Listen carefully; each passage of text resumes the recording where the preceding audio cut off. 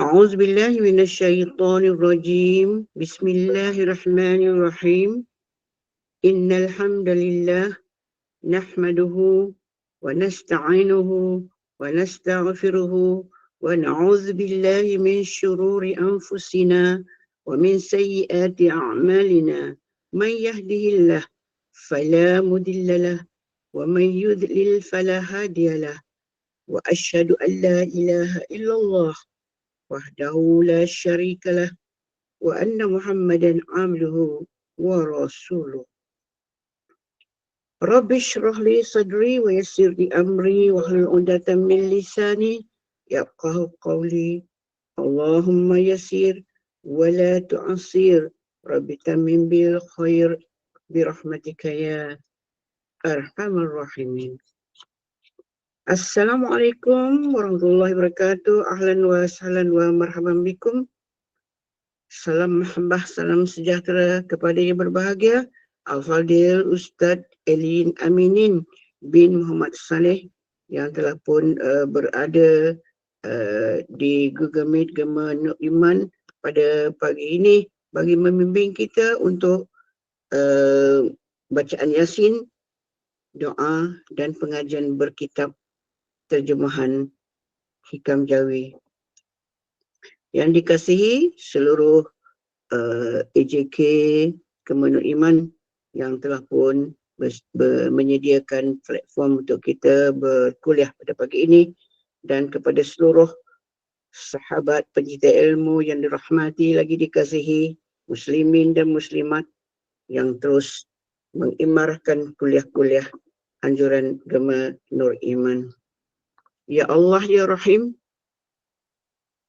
jadikanlah pagi ini awal yang indah, terbuka pintu rezeki, pintu taubat, pintu kebahagiaan di dunia dan di akhirat. Bagi memohon keberkatan kuliah kita pada pagi ini, marilah sama-sama kita membaca umul kitab yang akan dipimpin oleh Al-Fadil Ustaz Elin Aminin Muhammad Saleh. Mudah-mudahan perhimpunan kita pada pagi 4 Jamadil Awal bersamaan dengan 6 hari bulan 11 mudah-mudahan mendapat limpahan keberkatan rahmat dan para malaikat merendahkan sayap turut mendoakan kita yang berada di halqah ilmu pada pagi ini. Kita mulakan dengan bacaan umul kitab Bismillahil Fatihah. أعوذ بالله من الشيطان الرجيم بسم الله الرحمن الرحيم الحمد لله رب العالمين الرحمن الرحيم مالك يوم الدين إياك نعبد وإياك نستعين اهدنا الصراط المستقيم صراط الذين أنعمت عليهم غير المغضوب عليهم ولا الضالين آمين Amin ya Rabbil Alamin. Di pagi yang barakah ini kita terus mendoakan kepada mereka yang diuji dengan pelbagai penyakit. Mudah-mudahan Allah menyembuhkan secepatnya dengan kesembuhan yang tiada sakit selepasnya. Dan Allah beri kesabaran kepada yang diuji, dimudahkan segala urusan. Syafakallah syifaan ajilan untuk para pesakit. Untuk itu dipersilakan Mira membaca nama-nama berikut. InsyaAllah, terima kasih Bunda. Bismillahirrahmanirrahim. Nur Hidayah binti Yahya, Syafiqah Azlin binti Ismail, Jani bin Jamari, Fatimah binti Abdul Karim, Salih Farhan bin Muhammad Jufri, Juminah binti Masrum, Muhammad Yaqub bin Masrum, Satina binti Sanib, Saimah binti Sanib, Samsiah binti Sanib, Faridah binti Rahman, Muzailah Mustafa, Nuraini binti Khalid, Asnah binti Umar, pejuang-pejuang thalassemia, Jasmine binti Abu Hanifah, Muhammad Ali bin Muhammad Azmil, Hajah Masita binti Arsyad, Haji Abdul Wahid bin Ramin, Indun binti Muhammad Aruf, Jamiah binti Rahmat, Hajah Mai'itah binti Yid, Muhammad Mukmin Munsif bin Muhammad Syafiq, Hasanuddin bin Abu Bakar, Syahbudin bin Muhammad Nur, Zaid bin Ahmad Darduri bin Tumin, Halimah binti Datuk Kudus, Faizul Anwar bin Hamdan, Muhammad Nufail bin Mustafa Kamal, Ili Nur Sumaya binti Ilin Aminin, Siti Asa binti Sa'ad, Ismail bin Abu Nuh, Fatimah binti Ali, Aidin Rizq bin Muhammad Ashrafi, Adam Husaini bin Syamir Husaini, Muhammad Hasanul Hadi bin Abdul Samad, Datuk Setia Haji Muhammad Samid bin Haji Abdul Aziz, Muhammad Nur bin Yub, Zulkifli bin Ja'far, Kamaria binti Hamzah, Syabana bin Nurdin, Rashidah Nur binti Muhammad Hanafiah, Zawiyah binti Ja'far, Faridah binti Kasmadi, Faridah binti Abdullah, Baharuddin bin Abdul Rahman, Fazilah binti Idris, Nurdiana binti Muhammad Aris, Farah Aimi binti Ramli dan seramai 209 orang yang diuji dengan pelbagai penyakit. Dengan ini saya kembalikan semula kepada Bunda Nur. Syukran jazilan Mira yang bacakan nama-nama tadi. Dan pada pagi ini juga kita turut mendoakan kepada Rosli Cik binti Mior Muhammad, masalah paru-paru dan jantung yang telah ditidurkan, dan juga kepada Zubidah Musa, kanser rahim tahap 4, dan cucu kepada AJK Gemar Iman, Ustazah Maskiyah Ramli, iaitu Adik Muizzuddin Muhammad, masalah radang dekat otaknya. Jadi kita doakan semua Allah permudahkan segala urusan, diberikan syifa yang sempurna dengan izin Allah SWT. Dan kepada para sahabat pencinta ilmu yang hadir, sekiranya juga diuji dengan masalah kesihatan yang kurang mengizinkan, sama-samalah kita berdoa dengan asbab kita berada di halaqah ilmu pada pagi ini. Mudah-mudahan Allah permudahkan segalanya, diberikan syifa yang sempurna. Amin. Allahumma amin. Gubernur Iman tidak lupa pada para sahabat yang menyambut ulang tahun kelahiran pada hari ini. Sanhallah, barakallah fi umrik. Mudah-mudahan pada hari yang istimewa ini, Allah sentiasa memberikan taufik, hidayah, rahmat, kesihatan yang baik, bahagia di samping keluarga tersayang, dan tercapai segala impian dalam hidup. Amin. Allahumma amin. Alhamdulillah, kita teruskan kuliah subuh kita tanpa kita melengahkan masa lagi. Dengan segala bangga dan sukacita, saya serahkan kuliah kepada yang berbahagia Al-Fadil Ustaz Elin Aminin Muhammad Saleh untuk membimbing kita dengan bacaan surah Yasin, doa dan pengajian berkitab, terjemah Nikam Jawi. Tafaddal mashkura ya Fadil Ustaz. Terima kasih. Assalamualaikum warahmatullahi wabarakatuh. Bismillahirrahmanirrahim. Innal hamdalillah nahmaduhu wa nasta'inuhu wa nastaghfiruh wa na'udzu bihi min shururi anfusina wa min sayyiati a'malina. Wassalatu wassalam ala habibina Rasulillah wa ala alihi wa sahbihi wa man walah.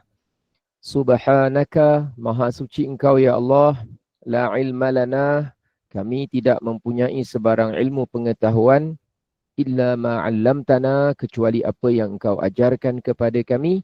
Innaka antal alimul hakim, sesungguhnya Engkau yang maha mengetahui lagi maha bijaksana. Alhamdulillah, kita syukur kepada Allah. Pagi ini sekali lagi diberi tambahan peluang memulakan hari. Alhamdulillahilladzi ahyana, segala puji bagi Allah yang hidupkan kita pada pagi ini. Syukur. Terima kasih ya Allah, Engkau berikan kami peluang menambah kebaikan. Terima kasih ya Allah, Engkau berikan kami kesempatan untuk memperbaiki diri, untuk menjadi yang lebih baik berbanding hari semalam. Terima kasih ya Allah, Engkau beri peluang kepada kami bertaubat atas taubat-taubat kami yang lalu yang tidak begitu ikhlas. Terima kasih ya Allah, Engkau bagi peluang lagi kepada kami untuk membaca ayat Al-Quran, untuk kami perbaiki ayat yang telah kami pun baca sebelum daripada ini.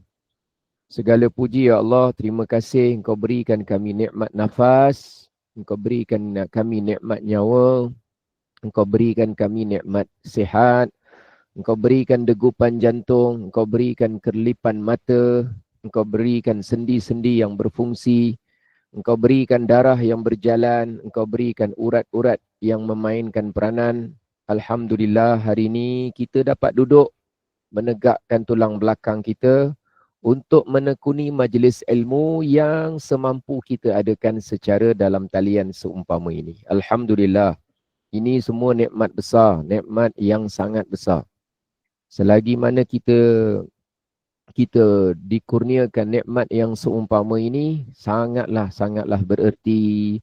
Hati kita terawat, sel-sel badan kita berinteraksi dengan ayat Al-Quran yang kita bacakan. Darah-darah kita sedang menyerap masuk selawat yang kita bacakan. Perkara-perkara yang berkaitan dengan kulit-kulit kita ni sedang berinteraksi dengan doa-doa yang kita lafazkan. Sebab itulah ayat Al-Quran disebut sebagai syifa, disebut sebagai penawar. Penawar kepada urusan sakit-sakit zahir dan sakit-sakit batin kita. Semua sel-sel badan kita ni tunduk kepada Allah. Dan apabila kita bacakan wahyu Allah, bacakan Al-Quran, membacakan firman-firman Allah, insya-Allah badan kita akan berinteraksi dengan ayat-ayat tersebut. Dan mudah-mudahan kita ini sampai menjejak ke dalam hati kita, membentuk ketundukan jiwa dan nurani kita kepada Allah Subhanahu wa taala. Jadi kita ucapkan syukur, terima kasih yang sebanyak-banyaknya kepada Allah Subhanahu wa taala. Pada masa yang sama, kita kena ingat juga untuk kedua ibu bapa kita. Di mana mereka pada ketika ini? Bagaimana agaknya mereka pada saat ini?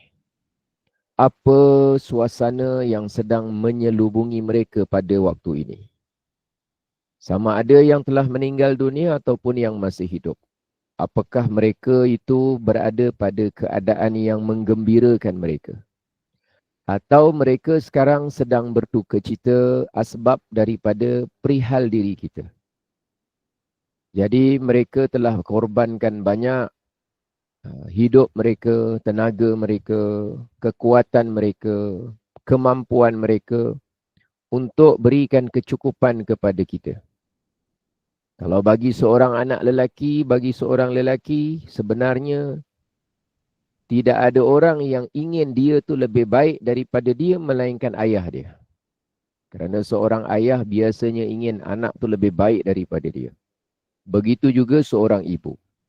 Jadi pengorbanan mereka entah bagaimana mereka berdua pada saat ini, siapapun keadaan mereka, apapun latar belakang dan perihal mereka, maka kita pada pagi ini mendoakan juga buat kedua ibu bapa kita. Dan kita bacakan surah Yasin pada pagi ini, insya-Allah. Mudah-mudahan niat lillah, mudah-mudahan niat kita semata-mata kerana Allah. Dan mudah-mudahan dengan berkah surah Yasin, Allah berikan afiat dan sihat kepada orang-orang yang kita doakan. Pada masa yang sama untuk kita semua yang berada di Gema Nur Iman, yang saban pagi, saban hari, saban waktu sentiasa berikan sokongan, dokongan. Ada yang tak putus-putus memberikan infak, memberikan tenaga, memberikan peranan. Mudah-mudahan Allah berikan gandaan yang sebaik-baiknya dalam urusan dunia dan akhirat kita, insya-Allah. Marilah kita sama-sama dengan penuh khusyuk dan tawaduk kita membacakan surah Yasin. Mohon kepada Allah semoga Allah kabulkan hajat dan keinginan kita, insya-Allah. Astaghfirullahalazim. Alladzi la ilaha illa huwal hayyul qayyum wa atubu ilaih. Astaghfirullahalazim. الذي لا إله إلا هو الحي القيوم وأتوب إليه أستغفر الله العظيم الذي لا إله إلا هو الحي القيوم وأتوب إليه أعوذ بالله من الشيطان الرجيم بسم الله الرحمن الرحيم ياسين والقرآن الحكيم إنك لمن المرسلين على صراط مستقيم تنزيل العزيز الرحيم لتنذر قوما ما أنذر آباؤهم فهم غافلون لقد حق القول على أكثرهم فهم لا يؤمنون إنا جعلنا في أعناقهم أغلالا فهي إلى الأذقان فهم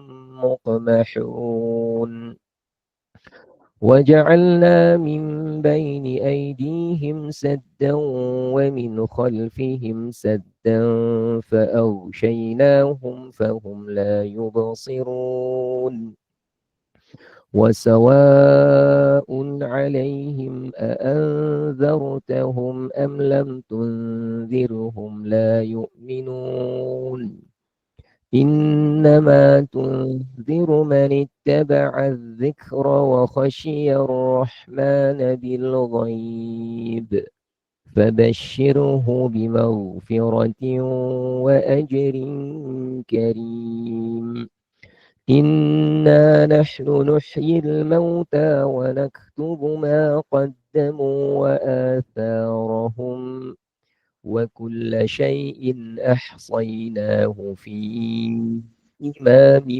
مبين واضرب لهم مثلا أصحاب القرية إذ جاءها المرسلون إذ أرسلنا إليهم اثنين فكذبوهما فعززنا بثالث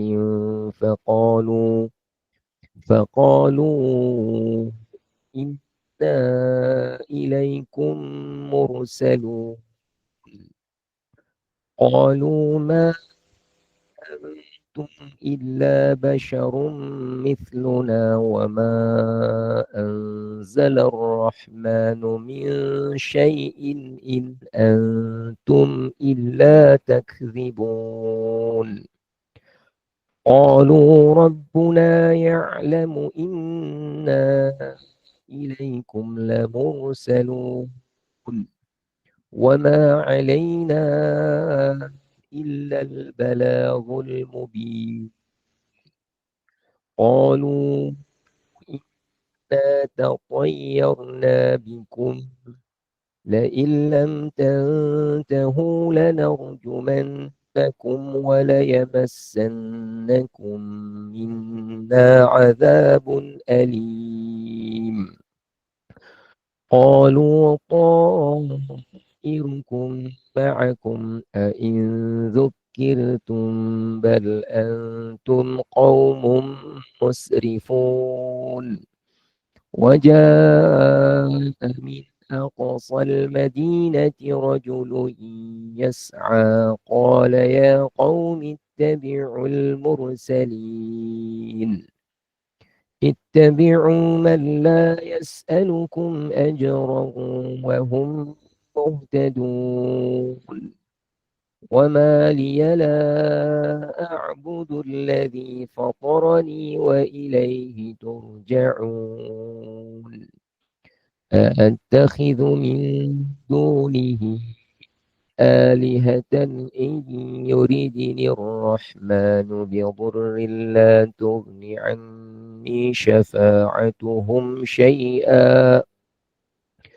لا تغن عني شفاعتهم شيئا ولا ينقذون إني إذا لفي ضلال مبين إني آمنت بربكم فاسمعون قيل ادخل الجنة قال يا ليت قومي يعلمون بما غفر لي ربي وجعلني من المكرمين وما أنزلنا على قومه من بعده من جند من السماء وما كنا منزلين إن كانت إلا صيحة واحدة فإذا هم خامدون يا حسرة على العباد ما يأتيهم من رسول إلا كانوا به يستهزئون ألم يروا كم أهلكنا قبلهم من القرون أنهم إليهم لا يرجعون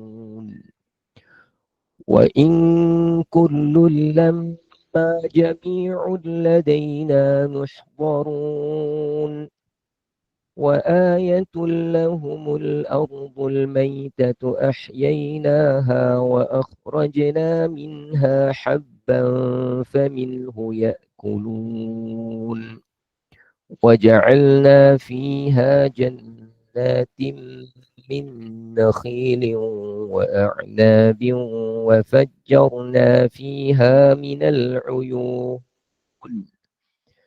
ليأكلوا من ثمره وما عملته أيديهم أفلا يشكرون سبحان الذي خلق الأزواج كلها مما تنبت الأرض ومن أنفسهم ومما لا يعلمون وآية لهم الليل نسلخ منه النهار فإذا هم مظلمون والشمس تجري لمستقر لها ذلك تقدير العزيز العليم والقمر قدرناه منازل حتى عاد كالعرجون القديم لا الشمس ينبغي لها أن تدرك القمر ولا الليل سابق النهار وكل في فلك يسبحون وآية لهم أنا حملنا ذريتهم في الفلك المشحون وخلقنا لهم من مثله ما يركبون وإن نشأ نغرقهم فلا صريخ لهم ولا هم ينقذون إلا رحمة منا ومتاعا إلى حين وإذا قيل لهم اتقوا ما بين أيديكم وما خلفكم لعلكم ترحمون وما تأتيهم من آية من آيات ربهم إلا كانوا عنها معرضين وإذا قيل لهم أنفقوا مما رزقكم الله قال الذين كفروا للذين آمنوا أنطعم من لو يشاء الله أطعمه إن أنتم إلا في ضلال مبين ويقولون متى هذا الوعد إن كنتم صادقين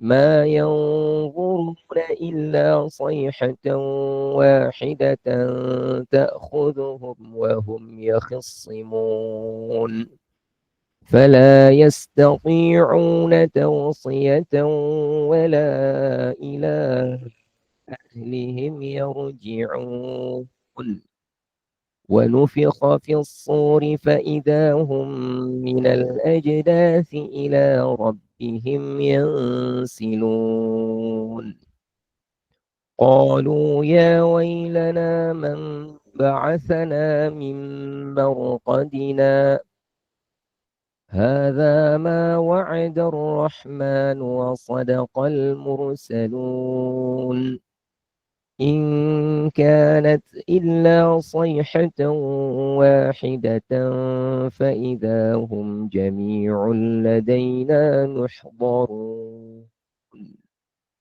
فاليوم لا تظلم نفس شيئا ولا تجزون إلا ما كنتم تعملون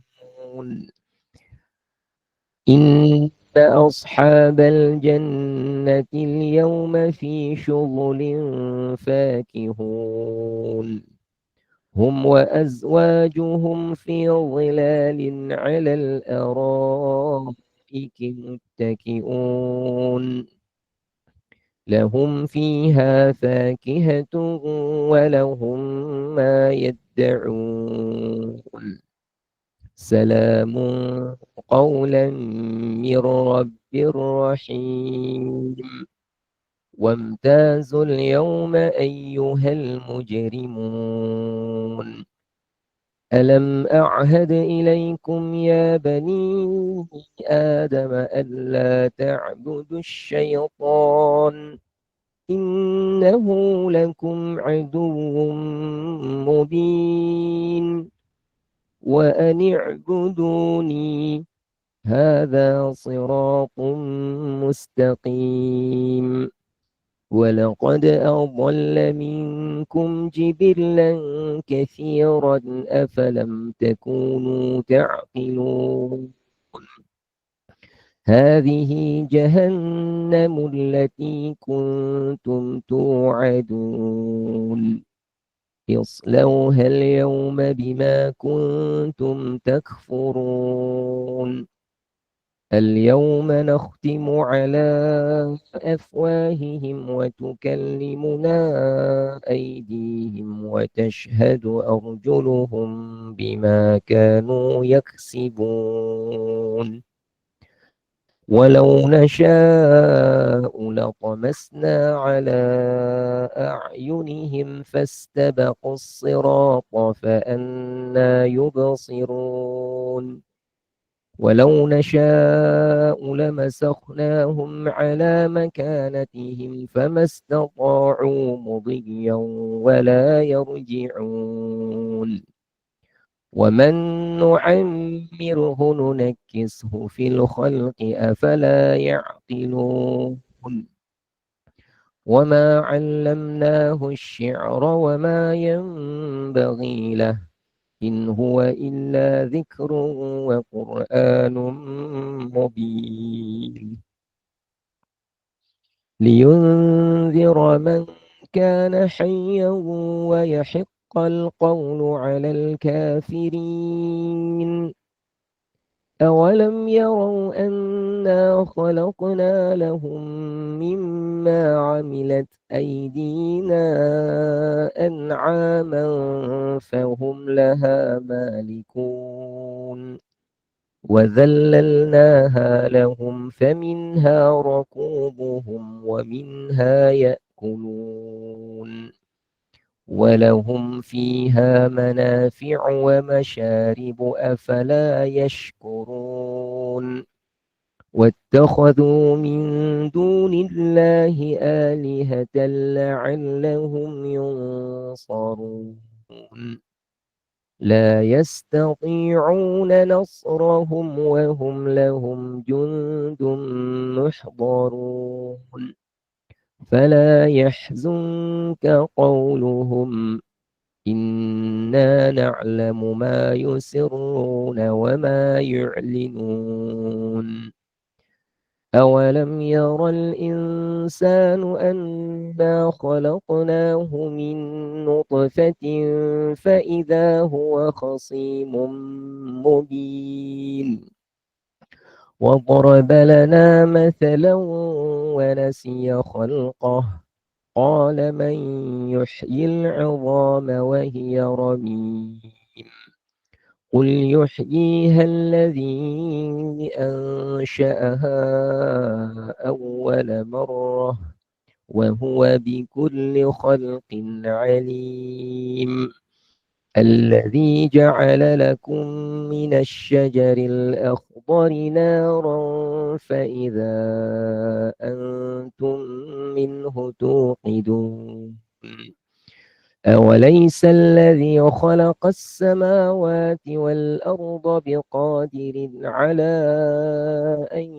يخلق مثلهم بلى وهو الخلاق العليم إنما أمره إذا أراد شيئا أن يقول له كن فيكون فسبحان الذي بيده ملكوت كل شيء وإليه ترجعون صدق الله العظيم بسم الله الرحمن الرحيم بسم الله الشافي بسم الله الكافي بسم الله المعافي بسم الله الذي لا يضر مع اسمه شيء في الأرض ولا في السماء وهو السميع العليم نعوذ بكلمات الله التامات من شر ما خلق الحمد لله الذي حمدا يوافي نعمه ويكافئ مزيده يا ربنا لك الحمد كما ينبغي لجلال وجهك وعظيم سلطانك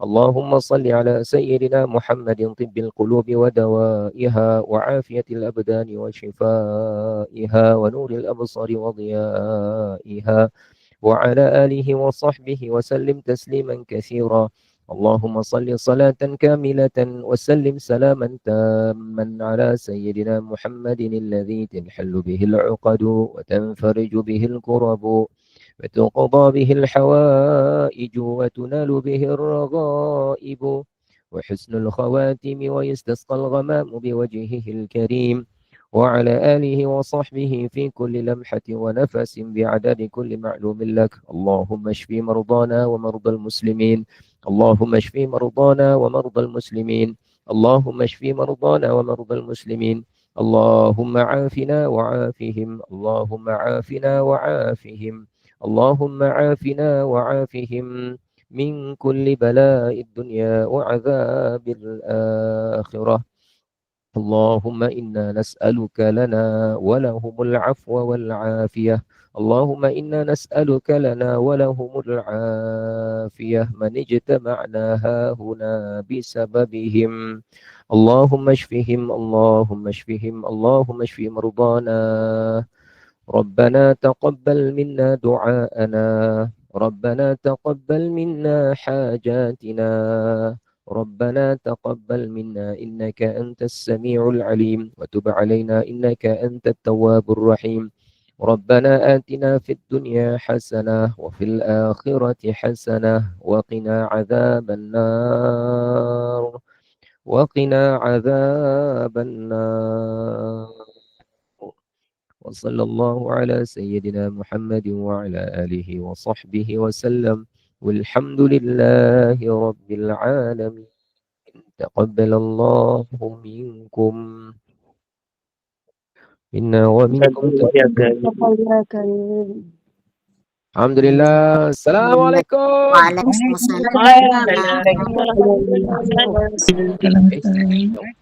Assalamualaikum Ustaz. Waalaikumsalam warahmatullah. Sihat semua? Alhamdulillah. Semangat pagi ni, semangat, semangat. Assalamualaikum Ustaz. Waalaikumsalam. Salam diri. Rehatkan diri. Masuklah. Ni kenapa kasut tak kilat ni? Mana tali kasut sebelah? Bangun. Ini betul-betul ni. Dalam rumah tak pakai Kena banjir Ustaz. Masuklah barisan cepat ni. Orang dah nak beratur pagi hari ni. Ya Allah. Tali kasut anak ambil bawa pergi sekolah, Ustaz. Anak bawa, okey, dia bawa pergi sekolah, okey. Saya takut dia buat ikat apa ke kan. Allahu Akbar. Keluar. Masuklah barisan cepat. Kenapa lambat ni? Terkedek-kedek, terlenggang-lenggang. Awak ingat ni apa ni? Kita nak pergi perang ni. Ya Allah. Oh, kalau dapat ya Allah, kalau dapat jerit dengan jemaah Gema Nuriman dekat Padang Kawat kan, saya bagi koman, "Baris!" Kalau Cik Mah langsung tak pergi sekolah dah Ustaz. Ustaz kosong. Ya Allah. Yang boleh bagi jerit tu Mas Roha benari kita. Dia tu Masya pegawai Allah. waran tu. Oh iya ke? Dia pegawai waran satu tu Ustaz. Dia pegang tongkat bau. Dia pegang tongkat bawah lengan tu. Tongkat. Dia Saya tukang bagi kawat tu. Dia tongkat bawah lengan. Saya tongkat atas bagi bahu. yang pekak tu. Masya Allah. Baik. Dah pagi-pagi. Assalamualaikum warahmatullahi wabarakatuh, Ustaz. Waalaikumsalam warahmatullahi wabarakatuh. Ni peserta paling cilik sekali. Duduk belakang sekali baris. Duduk diam situ. Ya Allah. Pagi-pagi ni mudah-mudahan kita dalam keadaan yang baik, dalam keadaan yang Alhamdulillah, banyak sangat nikmat Allah bagi. Fikir-fikir balik semula, darah berjalan, sel kita berkembang, tulang-tulang kita dapat bergerak. Dapat Allah perkenan kita baca surah Yasin. Belum tentu surah Yasin tadi dapat kita baca kalau bukan kerana kurnia Allah. Jadi kita ni sebut wa amma bi ni'mati rabbika fahaddits. Adapun nikmat Tuhanmu maka nyatakanlah, beritakanlah, sebutkanlah. Jadi kita sebut nikmat ini bukan kita nak berbangga dengan apa yang Allah beri. Sebab disebut dalam Quran, likaila ta'sau ala ma fatakum. Jangan sampai kamu terlalu melampau sedih dengan benda yang hilang daripada kamu. Wala tafrahu bima atakum. Jangan sampai kamu rasa berbangga, sombong dengan apa yang Allah beri. Tapi kita sebenarnya nak menyatakan kesyukuran kita kepada Allah Subhanahu Wa Taala dan mudah-mudahan mengajak kawan-kawan kita yang lain pun bersyukur. Pagi-pagi dah kena berbaris kita. Kalau kena berbaris betul-betul ni tak tahu boleh ke datang? Dalam hujan pula tu. Dalam hujan pula tu. Masing-masing bawa tongkat, berbaris, orang yang pakai cermin mata. Warga tua duduk atas kursi Ustaz. Oh, baris duduk atas kursi. Baris duduk atas kursi. Ya Allah. Tapi memang seronok. Kita ni kan, seronoknya hati kita. Bila hati kita tu berbaik sangka kepada Allah. Kita merasa cukup dengan apa yang ada tu sebenarnya sangat-sangat istimewa perasaan tu. Bayangkan kalau kita ni diberi cukup tetapi diberi perasaan merasa tidak cukup. Terseksa.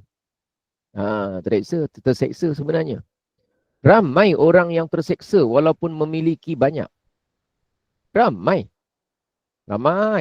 yang masa dia ni memiliki banyak. Kita kalau tengok dah macam-macam dia ada. Tapi perasaan cukup tu tak ada.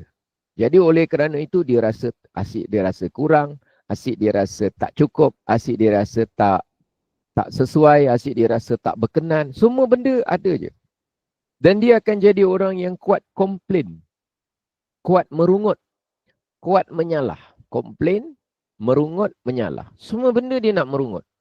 Dia ingat benda tu sebagai orang yang kita sebut critical thinking. Dia ingat begitu tapi dia tak dapat urus. Critical thinking tu dia tak dapat urus dengan baik. Macam ego lah. Ego ni bukanlah salah sepenuhnya tapi kan kena diurus. Ada tempat memang disesuai. Ketika itu kita mesti ada ego yang terpandu. Ada tempat ego tu membazir dan merugikan kita. Sama juga stres. Stres, tekanan dalam hidup ni ada tempat. Stres tu akan menjadikan potensi sebenar dalam diri kita itu akan terzahir. Satu demi satu. Tapi ada tempat stres itu tidak mendatangkan faedah kebaikan yang banyak kepada kita. Kerana stres itu adalah stres pada urusan yang tak berapa perlu untuk kita stres sebenarnya. Jadi pengurusan stres, pengurusan ego, pengurusan komplain. Jadi bila kita belajar dengan ilmu yang Allah kurnia ni, kita perlahan-lahan mengurus. Sama juga macam 2 hari lepas kita cerita kan, sedih. Sedih bukan tak boleh. Ada sedih bila diurus sangat bermanfaat. Ada sedih kalau kita tak urus dengan baik, dia merugikan waktu kita. Pada urusan tu tak boleh sedih, tak perlu sedih. Jadi hal-hal yang macam tu, kita kalau dapatlah ilmu-ilmu tu, dan kita doa mudah-mudahan semua jemaah Gema Nur Iman, dia akan dikurniakan oleh Allah ilmu yang berkaitan mengurus perasaan, mengurus emosi, mengurus peribadi dan mengurus hati. Ilmu tu, ya Allah, amin, mudah-mudahan ilmu tu dia mempengaruhi banyak pola kehidupan kita. Saya orang yang sangat kuat keyakinan saya bila Rasulullah bersabda, ala wa inna fil jasadi mudghah. Ingat, ketahuilah bahawa dalam jasad manusia tu ada seketul daging. Idza saluhat, kalau dia baik daging tu, maka baiklah keseluruhan jasad. Wa idza fasadat, kalau daging tu dia ada masalah, ada kerosakan, maka seluruh jasad dia akan terpengaruh juga menjadi rosak. Ala wahiyal qalbu. Ketahuilah daging itu yang dimaksudkan adalah jantung hati kita.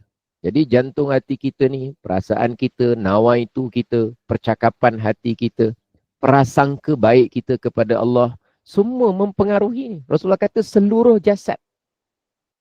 Seluruh jasad. Jadi bila seluruh jasad tu terpengaruh, akan menerima pengaruh. Akan menerima pengaruh hati. Maka hikam jawi ni menuju ke arah mudah-mudahan kita diberikan kesihatan jantung hati kita. InsyaAllah seluruh jasad kita akan menjadi lebih baik. Badan segar, mood kita elok, cara kita berinteraksi dengan orang pun nanti lebih baik. Dan semua memberi pengaruh. Dan insyaAllah hari ini siapa yang ada banyak urusan, Allah lancarkan urusan dia. Terima kasih memberi sokongan berterusan kepada Gema Nur Iman. Tanpa setiap orang, kita tak tahu sama ada Gema Nur Iman ni masih ada hari ini ataupun tidak. Sokongan Hajah Adila, Hajah Afridah, Hajah Ani Muda, sokongan daripada Hajah Azifah Khairuddin, sokongan daripada Elina Wati Abdul Aziz, sokongan daripada Hajah Fatimah Ali, Hajah Hamidah Abdul Rashid, sokongan daripada Heriati Mat Daud, sokongan daripada Khairiyah Idris, sokongan daripada Mak Jah tak berhenti-henti menyokong. Ya Allah Mak Jah. Sokongan daripada Mek Rozia, sokongan daripada Nur Ashikin Aziz, semua. Ramai nak sebut ni 200 orang, 300 orang pagi ni. Saya. Masya Allah, terima kasih banyak. Jadi yang sokong ni, menyokong ni, dia dah banyak habiskan tenaga dia tau. Dia dah banyak habiskan masa dia. Pagi ni dulu sebelum Gema Nur Iman, banyak benda lain dia buat. Ada yang lipat kain, ada yang masuk mesin basuh. Masuk mesin basuh pula. Dia masuk mesin basuh buat apa, ya Allah? Masukkan kain. Masuk baju dalam mesin basuh. Masukkan kain. Pagi-pagi ni dia nak kejarkan matahari tu. Basuh baju, ada yang buat sarapan, ada yang mula sapu-sapu kat depan. Iya, sebelum Gema Nur Iman ni, masing-masing kan dulu kan ada aktiviti pagi masing-masing. Dulu, ngantar anak sekolah. Dulu. Tapi hari ni lain pula aktiviti dia. Rupa-rupanya dia dah korbankan baju dia terlambat basuh. Dia korbankan kopi dia terpaksa sejuk. Jadi bila dia, betul dia punya dulu rutin lain, tapi dia korbankan masa pagi duduk untuk bersama-sama baca Quran. Jadi kita ni berbaik sangka saja kepada Allah. Jadi ada sesuatu kebaikan. Dan kebaikan kita buat pada hari ini teruskan. Kita tak tahu dengan sebab kebaikan yang ada hari ini, apa yang Allah sediakan untuk di depan. Kita tak tahu tau. Mungkin rezeki kita dapat bersama dengan Gema Nur Iman, itu asbab daripada kebaikan dulu yang kita buat di waktu pagi, tapi kita buat benda lain. Ada orang pagi-pagi urus anak, benda baik. Ada orang pagi-pagi bersihkan halaman, benda baik. Ada orang pagi-pagi basuh baju, benda baik. Semua dia buat amal soleh di awal hari. Cuma dia tak dapat baca Quran. Cuma bezanya dia tak dapat yang namanya membaca hadis. Cuma bezanya dia tak dapat yang namanya mempelajari ilmu. Dia tak pernah rasa kuliah lepas subuh tu dia tak pernah rasa.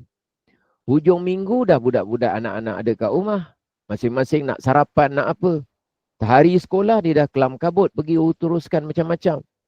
Tapi kita tak tahu asbab daripada istiqamah, kita ikhlaskan hati, tak ada rasa penyesalan, tak ada apa. Allah gantikan sesuatu yang lebih baik. Diberikan umur lanjut, diberikan kita tahu internet, diberi kemampuan untuk bayar data tiap-tiap bulan dan sebagainya. Rupanya Allah permudahkan kita dapat juga mengisi waktu yang lepas subuh ni dengan sesuatu yang menjadi yang lebih baik. Kita tak tahu. Dan hari ni, kita mungkin anggap kelas ni lepas subuh, kita anggap bendanya biasa mungkin, tapi kita tak tahu. Tak tahu. Mungkin dengan sebab rezeki yang seperti ini, kita istiqamah, konsisten, dan kita ajaklah kawan-kawan kita yang lain untuk turut sama. Dan di masa hadapan kita tak tahu apa yang Allah sediakan untuk kita. Kita memang tak tahu. Tapi tugas kita, berbaik sangka kepada Allah. Sangka baik saja. Allah dah beri ni sebenarnya nikmat yang begitu banyak. Baik jelas? Ya. Sebelum Ustaz masuk tajuk yang baru, ada soalan. Allah tidak senang dengan hamba yang mengeluh kepadanya. Jadi Ustaz tolong terangkan sikit. Terangkan ketika apa? Kita dicuba. Sudah dapat penerangan? Ketika kita diuji kan, tutuplah ujian tu. Maksud dia macam tu. Allah tak senang dengan hamba yang mengeluh. Ustaz tolong beri pecahan yang tu. Ustaz lupa untuk terang tu, yang tu. Oh, daripada mana dapat tu? Lah video yang Ustaz kongsi tu. Video saya kongsi? Video apa Ustaz cakap Ustaz nak bagi tahu dalam kelas. Ya, nak ingat balik semula. Astaghfirullahaladzim. Astagfirullahalazim. Lalu tua-tua ni lupa pula. Itulah tu. Allah, yang mana Rasulullah, ya Allahumma salli ala Muhammad. Yang mana? Sayyidina Muhammad. Yang mana saya cakap tu? Ya Allah, Rabbi, jap nak ingat balik semula.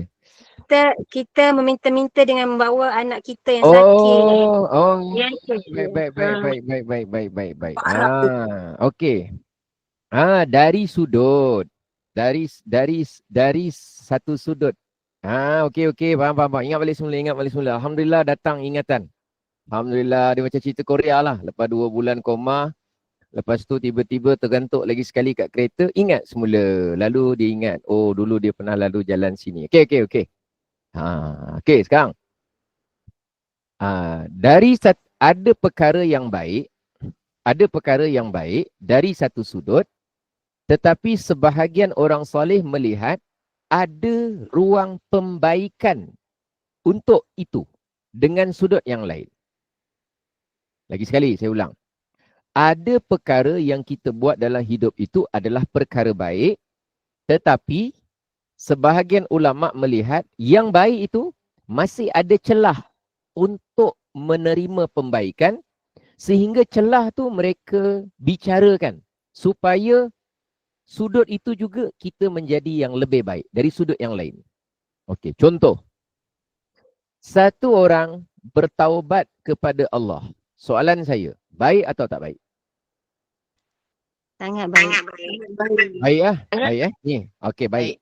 Okey, taubat ni saya sebut baik. Besar gini contoh. Baik sebab apa? Dia menyesal. Baik sebab apa? Dia berhenti. Baik sebab apa? Dia berazam tak buat lagi. Baik sebab apa? Dia berazam dia nak menjadi yang lebih baik. Baik tu banyak. Dalam taubat tu cerita baik tu banyak. Cuma ada celah. Celah dia apa? Celah salah satu daripadanya ialah kurang ikhlas dalam taubat tersebut. Tidak betul-betul jitu.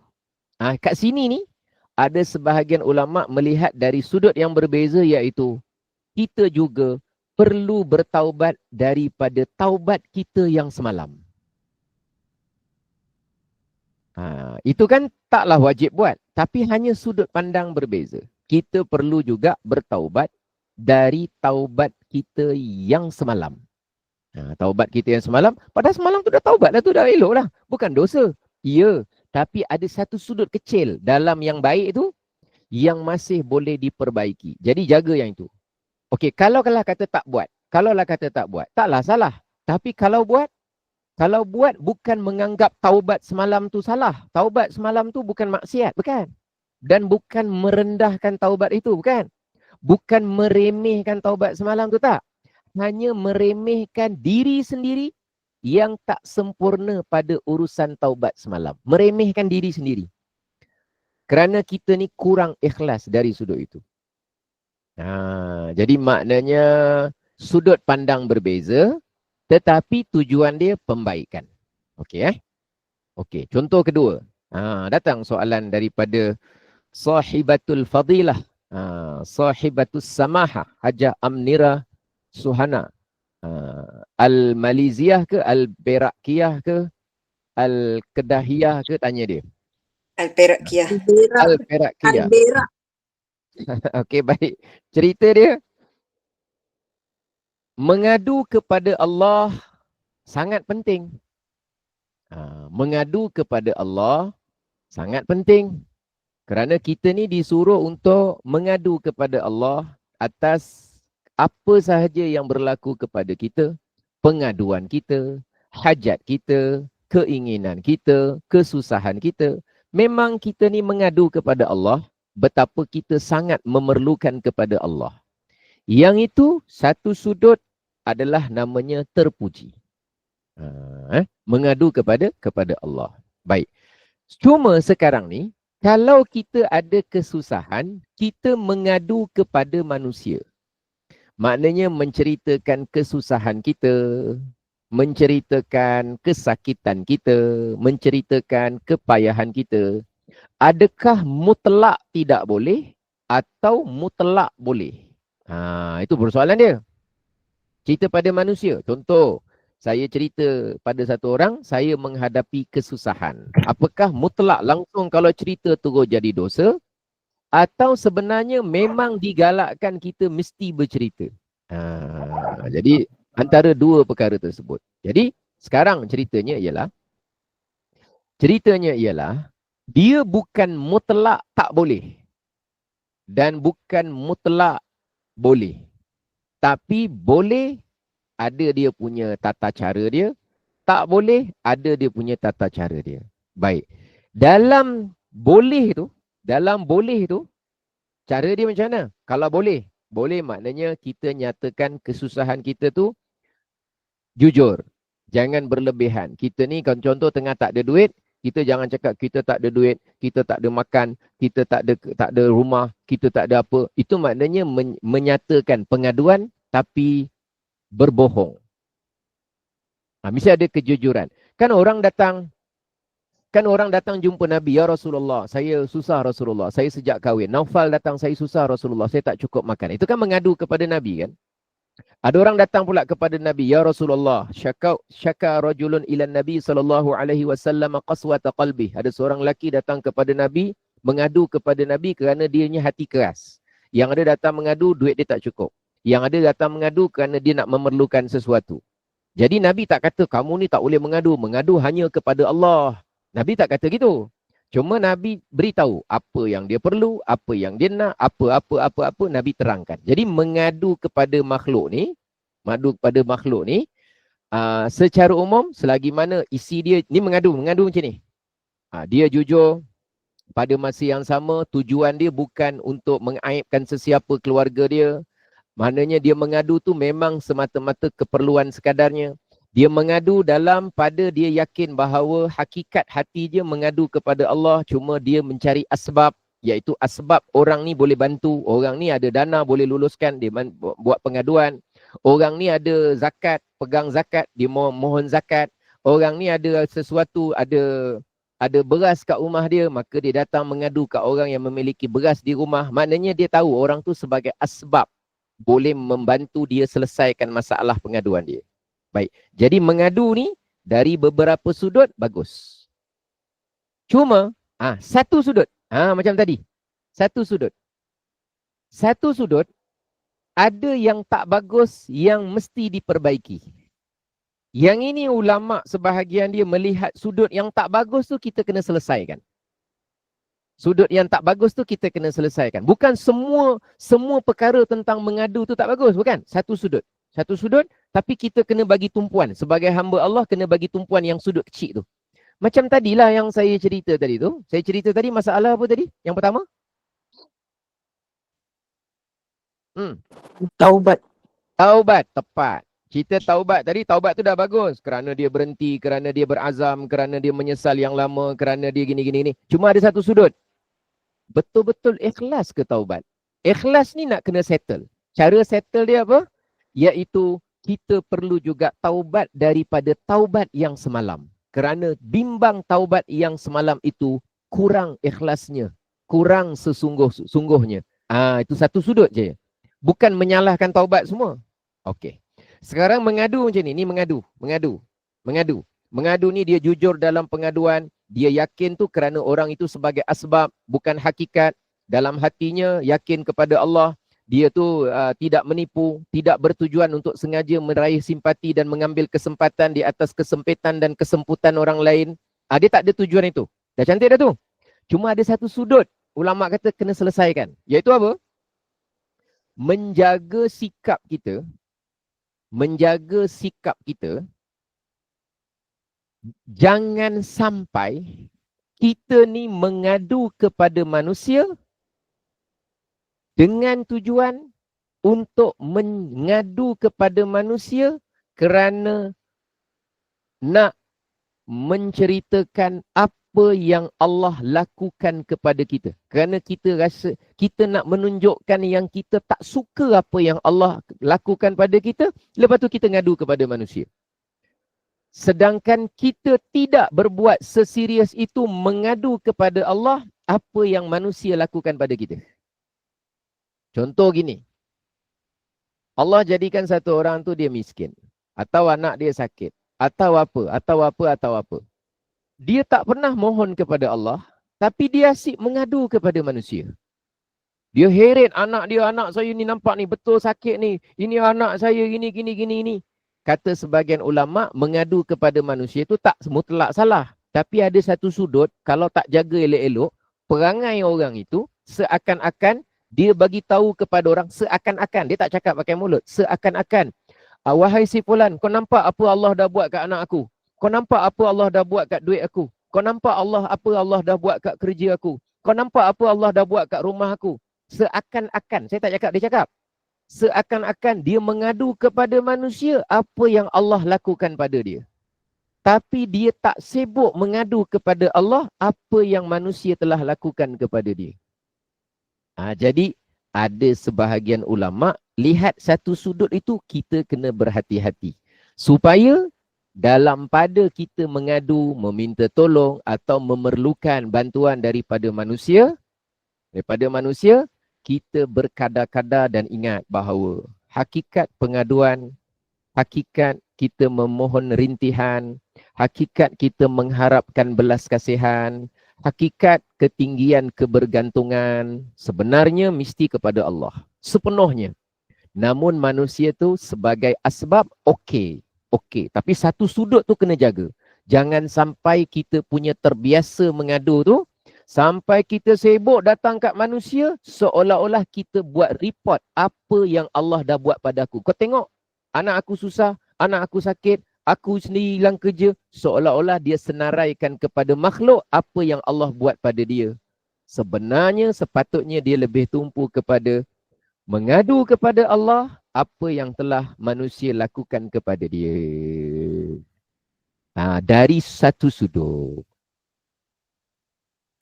Ustaz, maknanya bertaubat pada Allah yang pertama tu, kita bertaubat pun tak boleh kita dah puas hati, Ustaz.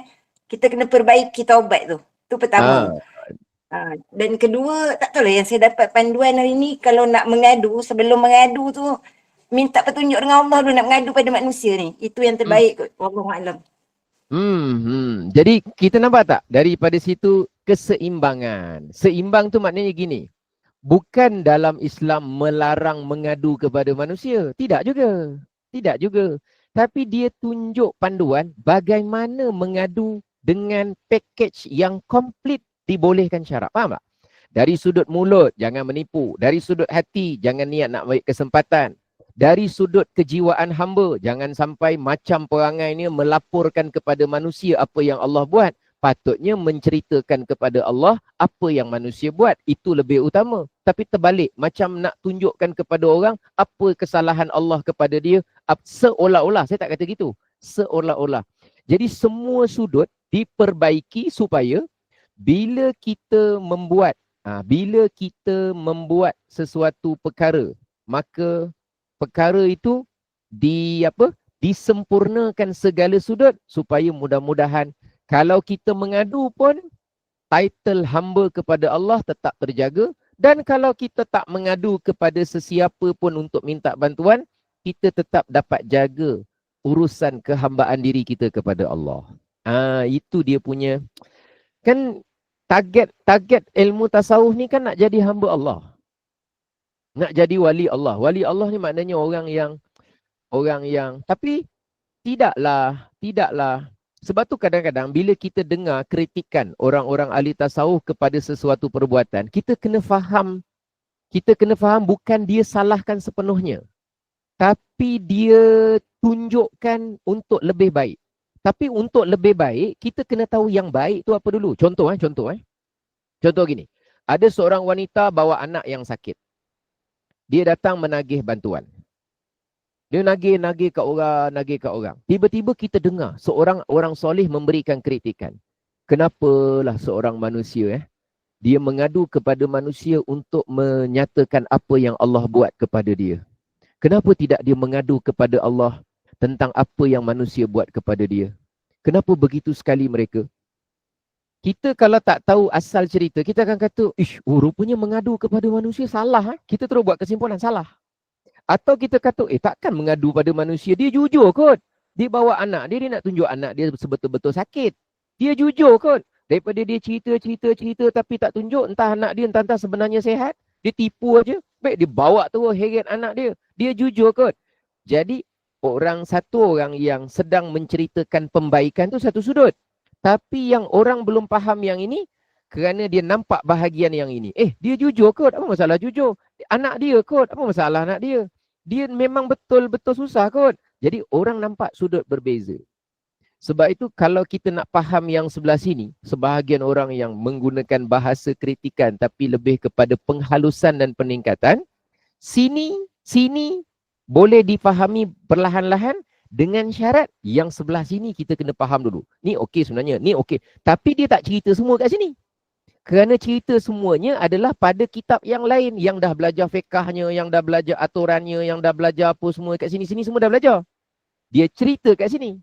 Jadi nasihat itu sesuai untuk bagi orang yang tahu mengadu kepada makhluk tu tidaklah berdosa dan salah.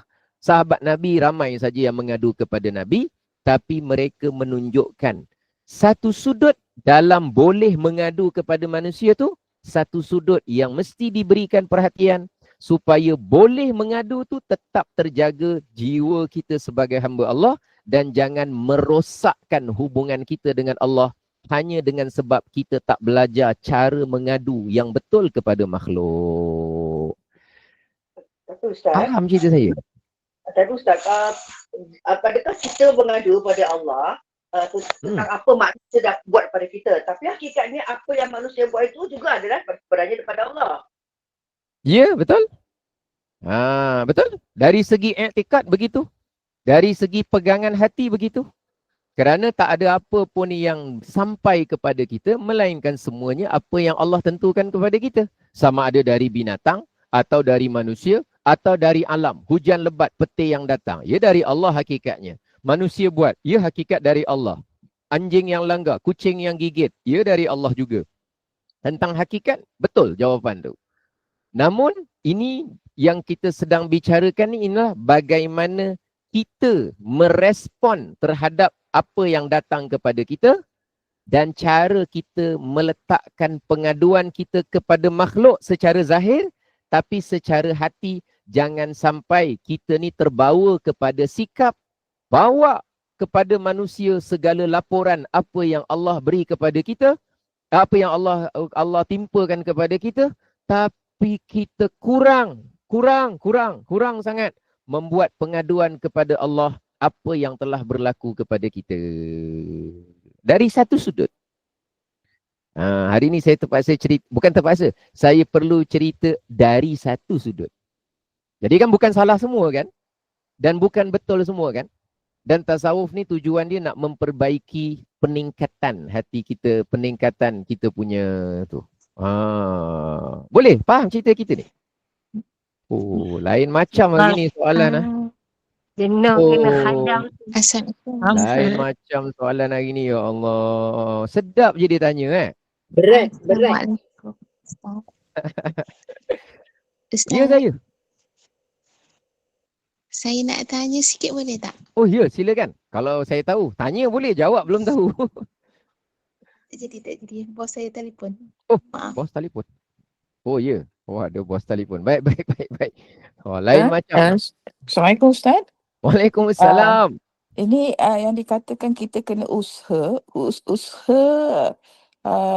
macam nak cakap usaha makna kita mohon, kita minta kepada manusia untuk mendapat pertolongan, tapi hakikatnya di dalam hati kita tidak boleh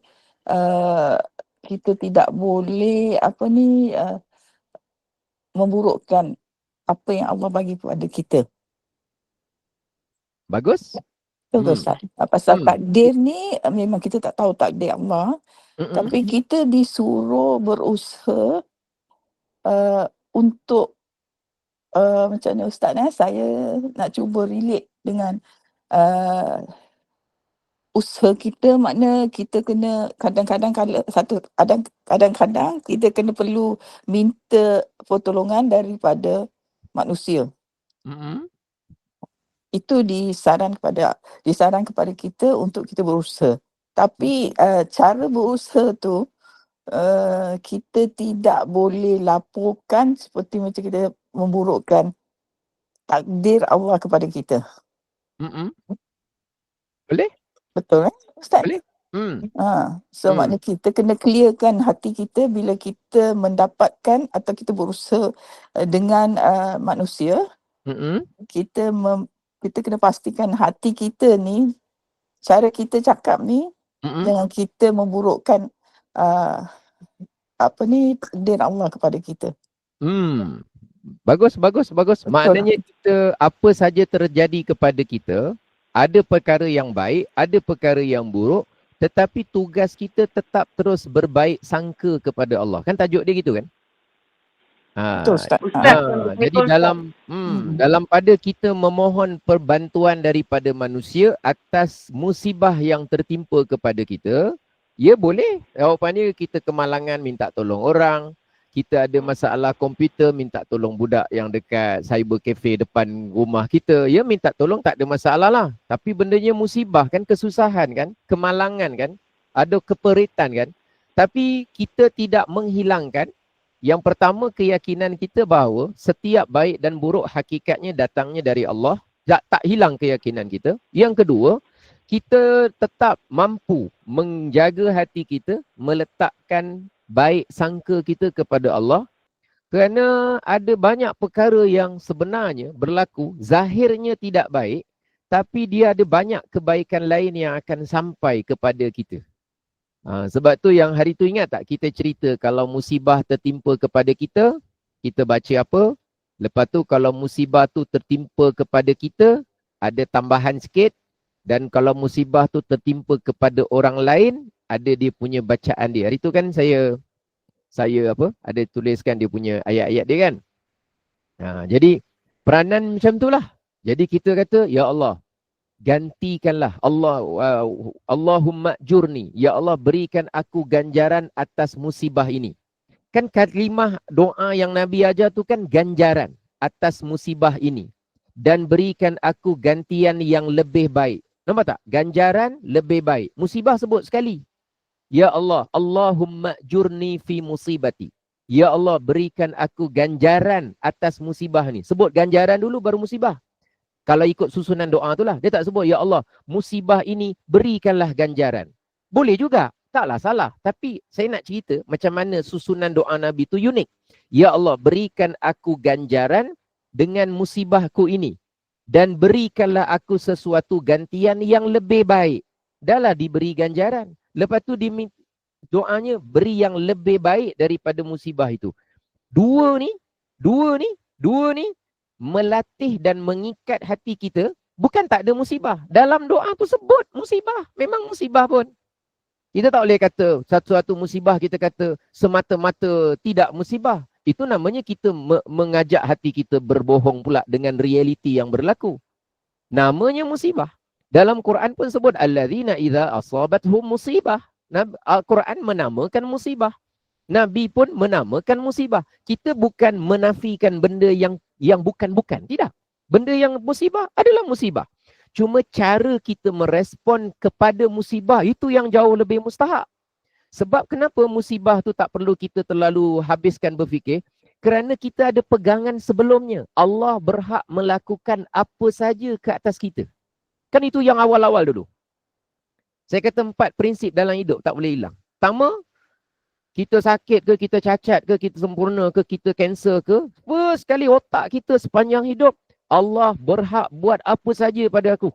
Dia mematikan aku pun dia berhak. Itu tanda dia adil, betapa dia boleh melakukan apa saja pada pemilikannya, yakni makhluk dia.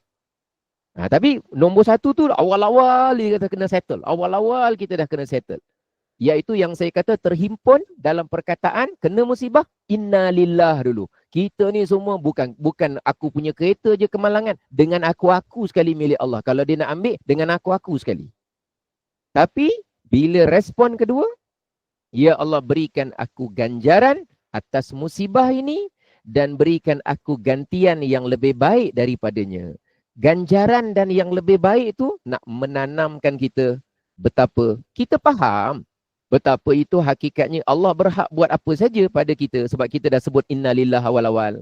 Lepas tu kita terus cepat-cepat dalam hati kita menanamkan betapa prasangka baik kita kepada Allah ada ganjaran dan prasangka baik kita kepada Allah ada gantian yang jauh lebih baik daripada musibah yang telah berlaku. Jadi semua sudut. Jadi kalau cerita musibah, jawab apa nak kena tahu, satu sudut. Prasangka apa, satu sudut. Merasa Allah berhak melakukan apa saja, sudut. Meyakini takdir telah ditentukan sampai ke depan semua dah ada, dari satu sudut. Jadi semuanya kita akan belajar sikit. Dan mudah-mudahan kita faham apa yang dimaksudkan adanya musibah dalam hidup. Itu yang saya sebutkan. Ajak kawan-kawan ikut pengajian kita yang subuh pagi ni secara konsisten. Sebab kalau dia tak dengar semua sudut, nanti dia terfikir musibah, inna lillahi wa inna ilaihi raji'un. Tapi dia tak pernah belajar pula dari satu sudut betapa Allah berhak pada dia. Sehingga dia kata, kenapa Allah buat aku macam ni? Kenapa aku yang kena? Yelah memang kita milik Allah, tapi kenapa Allah buat aku macam ni?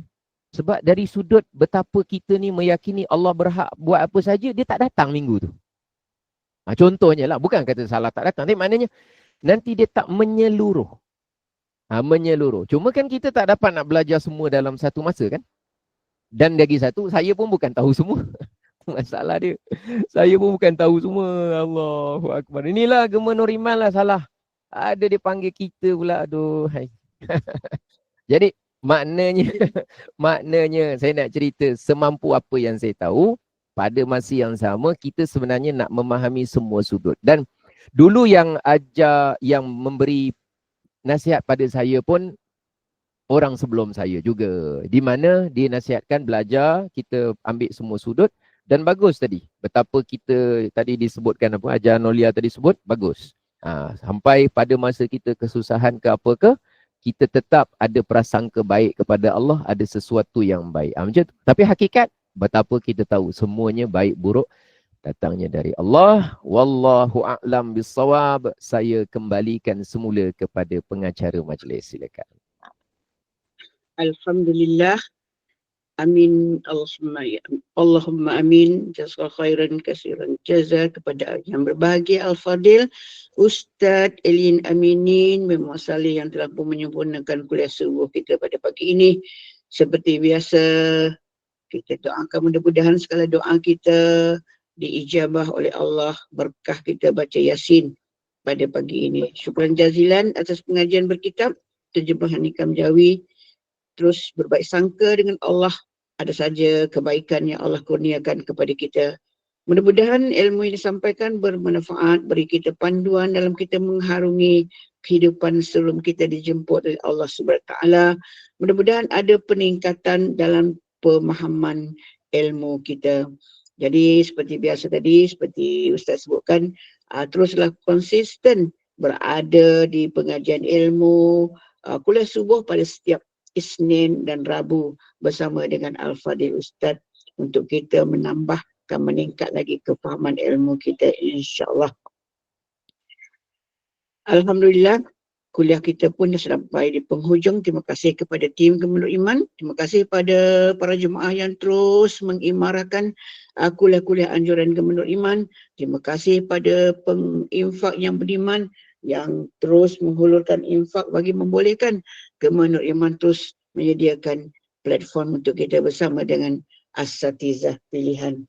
Mudah-mudahan kepada mereka yang menginfak, Allah gandakan pahala yang banyak, rezeki yang melimpah ruah.